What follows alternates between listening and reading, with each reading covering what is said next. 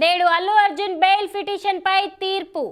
సంధ్య theatre తొక్కిసలాట ఘటన కేసులో అల్లు అర్జున్ రెగ్యులర్ బెయిల్ పిటిషన్లపై నాంపల్లి కోర్టు నేడు తీర్పు వెల్లడించనుంది.